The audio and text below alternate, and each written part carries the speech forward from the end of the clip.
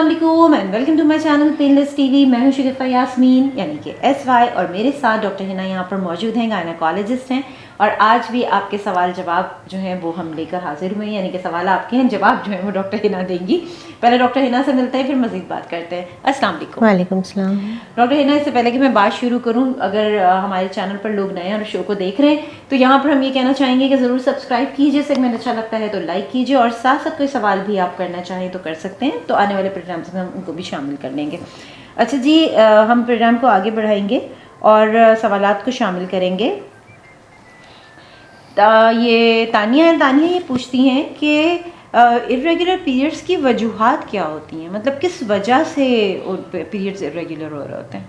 Periods irregular the most common cause जो होता है वो हार्मोनल इम्बैलेंस हो रहा होता है, उसकी वजह से पीरियड्स इरेगुलर हो रहे होते हैं मोस्ट ऑफ द टाइम्स। बल्कि टाइम यही कॉज होता है मेनली कि आपके पीरियड्स इरेगुलर हो रहे होते हैं due to the upset in your sex hormones, that is oestrogen and progesterone. अच्छा, सही। अच्छा, इसके अलावा फातिमा है, फातिमा का सवाल ये है, वो ये कहती हैं कि मुझे कब परेशान हो जाना चाहिए या मेरी परेशानी कब शुरू होनी चाहिए इर्रेगुलर पीरियड्स के हवाले से। इरेगुलर पीरियड्स अगर आपको कंटिन्यूसली ये प्रॉब्लम हो रही है एंड लाइक अगर 1-2 महीने इस तरह से हो गया कि नहीं आए पीरियड्स, या 1 महीने में 2 बार आ गए, तो once in a while it's okay, which is very normal. लेकिन अगर ये 6 मंथ्स तक आपको कंटिन्यूसली इरेगुलर रहते हैं periods, then you should worry about it and then you should see a doctor. अच्छा, ठीक है। अच्छा, बिल्कुल इसी से मिलता जुलता जिस तरह आपने कहा, एक सवाल यहाँ पर आया है मेरे पास, और ये हुमा ये कह रही हैं कि क्या ये नॉर्मल है, अगर मुझे 2 महीने तक मुझे पीरियड्स नहीं हो रहे हैं तो क्या ये नॉर्मल है। वंस अगेन अब मैं फिर यही कहूँगी कि जो भी ये हुमा है, अब मुझे नहीं पता इनकी एज क्या है, नंबर 1। सेकेंडली मुझे नहीं पता ये मैरिड हैं या अनमैरिड हैं। So these are the 2 very important questions जो कि इनको ज़रूर बताना चाहिए। अब अगर वो मैरिड हैं और may be she is expecting, may be she is pregnant, तो सबसे पहले उनको प्रेगनेंसी रूल आउट करनी चाहिए। But if she is worried about her periods, तो इसका मतलब उनको नहीं पता कि वो प्रेग्नेंट है या नहीं है। सबसे पहले वो अपना प्रेगनेंसी टेस्ट करवाएं और प्रेगनेंसी को रूल आउट करें। जब ये बात कंफर्म हो जाए कि प्रेगनेंसी नहीं है, तो then she should discuss it with her doctor, और वो अपना अल्ट्रासाउंड करा सकती हैं। अल्ट्रासाउंड करा के उसमें हम यूट्रस की कंडीशन, उसमें कोई ऐसी प्रॉब्लम है जिसकी वजह से है, या उनके हार्मोन्स के टेस्ट होंगे, वो करा के देख सकते हैं कि उनको क्यों इरेगुलर पीरियड्स हो रहे हैं या क्यों उनको एमेनोरिया हो गया है। ठीक है। And then depending on the age, अगर हो सकता है वो पेरीमेनोपॉजल एज में हो सकता है जहाँ पीरियड्स ख़त्म होने वाले होते हैं, तो वहाँ पर ये होता है कि बहुत इरेगुलर हो जाती हैं साइकिल्स, तो in that case it is very normal अगर उनको पीरियड्स नहीं हो रहे तो। और sometimes even in menopausal as, तो हमें नहीं पता, तो एज इज़ वेरी इंपॉर्टेंट, और marital status again is very important. ठीक है। अच्छा, दानिया का सवाल है। दानिया ये पूछना चाह रही हैं कि उनके पीरियड्स इरेगुलर रहते हैं, तो वो कह रही हैं किस तरह से ये मसला हल होगा।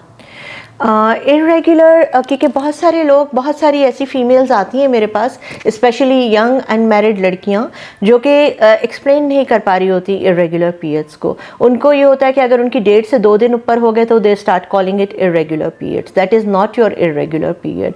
अब जो नॉर्मल मेंस्ट्रुअल साइकिल होती है, जो बिल्कुल नॉर्मल होती है, वो 28 डेज़ की होती है।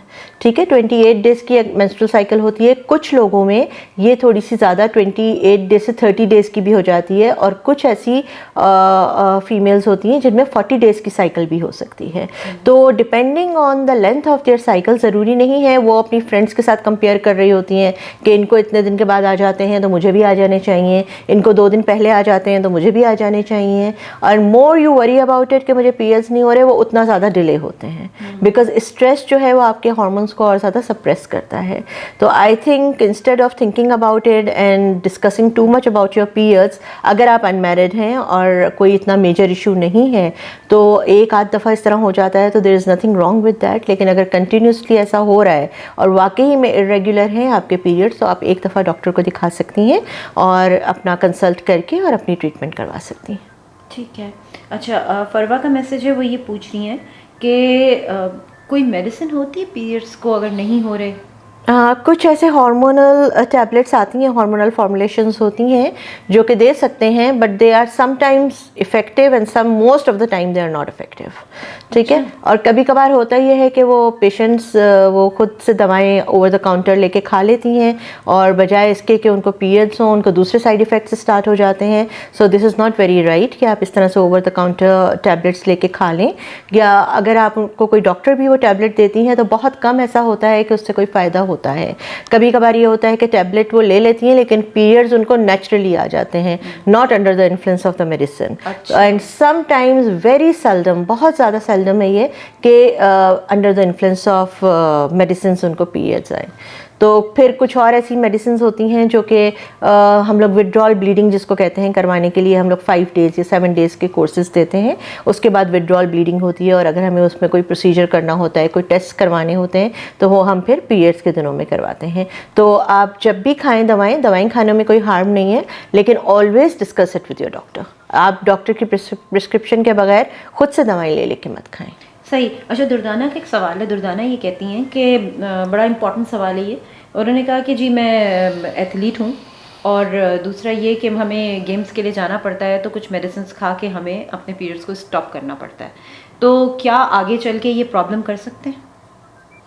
एथलीट हैं तो एथलीट्स में तो सबसे पहले ये होता है कि ज़्यादातर जो एथलीट लड़कियां होती हैं उनको तो वैसे ही बहुत ज़्यादा स्कैंटी मेंसेस और एमेनोरिया होना शुरू हो जाता है, because they are working out too much और उनके मेल हार्मोन्स जो हैं वो थोड़े से हाई होते हैं और फीमेल हार्मोन्स उनके लोअर साइड पे होते हैं।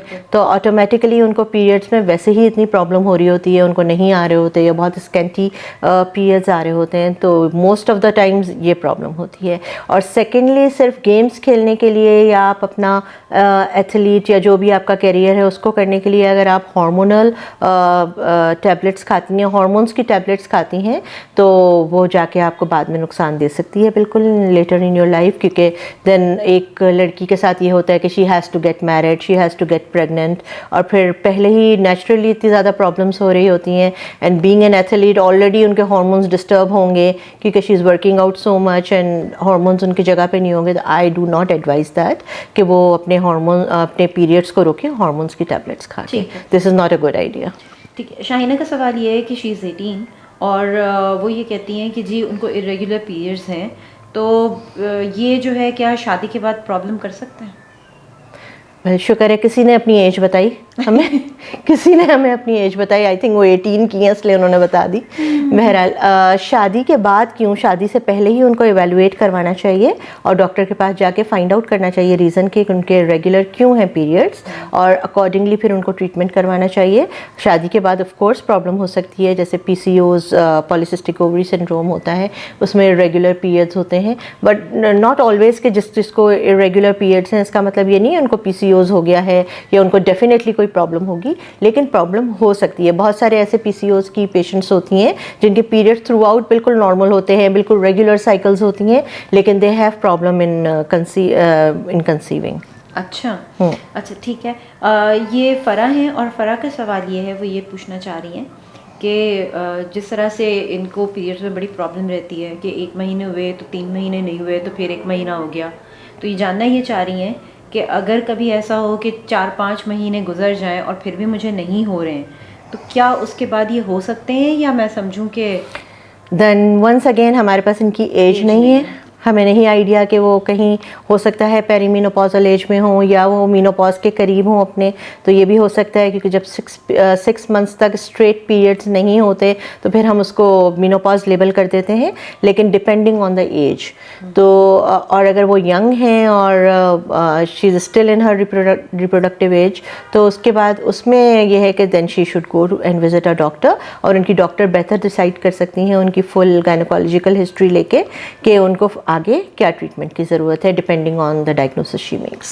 अच्छा, एक आखिरी सवाल मैं ये करना चाह रही हूँ, ये क्या वजूहात हैं आजकल हम देखते हैं यंग गर्ल्स में बहुत ज़्यादा ये कॉमन हो चुका है पीरियड्स की इरेगुलरिटी, क्योंकि अब हम देखते हैं कि हर लड़की एक ही शिकायत कर रही होती है और कुछ लोग तो परेशान होते हैं, कुछ लोग कहते हैं हाँ हाँ कोई बात नहीं है तो होता है, कि जी 2 महीने नहीं आए तो क्या हो गया, और ये यंग गर्ल्स के अंदर बहुत ज़्यादा पाया जा रहा है, क्यों? वही मैंने कहा ना कि यहाँ पे अगर एक आध महीना या चले मैक्सिमम 2 महीने हो गए, उसके बाद चीज़ें ठीक हो गई, तो वाकई में इसमें कोई वरी करने की कोई बात नहीं है, परेशान होने की बात नहीं है। लेकिन अगर कॉन्स्टेंटली ऐसा ही हो रहा है, 6 महीने से ज़्यादा हो गए हैं, साल गुजर गया है, 2 साल गुजर गए हैं, रेगुलर हो ही नहीं रहे, then they should worry about it, they should consult a doctor.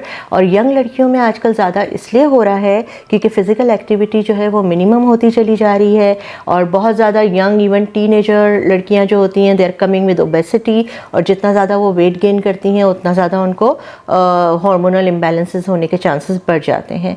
और फिर सीडेंट्री लाइफ स्टाइल है हमारा, हम लोग गाड़ियों में आना जाना होता है, वॉक हम लोग करते नहीं हैं, एक्सरसाइजेस का किसी के पास टाइम नहीं है, हेल्दी डाइट है नहीं, और जंक फूड पे ज़्यादा फोकस है, कार्बोनेटेड ड्रिंक्स, और इन सब चीज़ों से वेट गेन होता है। जब वेट गेन होता है फिर हार्मोन्स डिस्टर्ब होते हैं, फिर पीरियड्स भी इरेगुलर होते हैं, और आगे जाके इनफर्टिलिटी के इश्यूज़ भी आते हैं। अच्छा, तो आई थिंक उनको बहुत ही यंग एज से डॉक्टर को कंसल्ट करना चाहिए, और अपनी लाइफ स्टाइल, थोड़ी सी एक्टिविटीज़ को चेंज करना चाहिए, थोड़ा हेल्दियर साइड पे लेकर आना चाहिए अपनी डाइट को, और थोड़ी बहुत एक्सरसाइज जितना भी टाइम निकाल सकती हैं, even 15 minutes, 20 minutes, half an hour, simple से सिंपल वॉक कर लें, सिर्फ कोई बहुत ज़्यादा वेट लिफ्टिंग करने की ज़रूरत नहीं है, थोड़ा सा वॉक कर लें, इवन दैट इज़ इनफ। और कोशिश करें कि अपने वेट को कंट्रोल में रखें, और उससे उनकी गायनेकोलॉजिकल हेल्थ पे बहुत इफ़ेक्ट करेगा।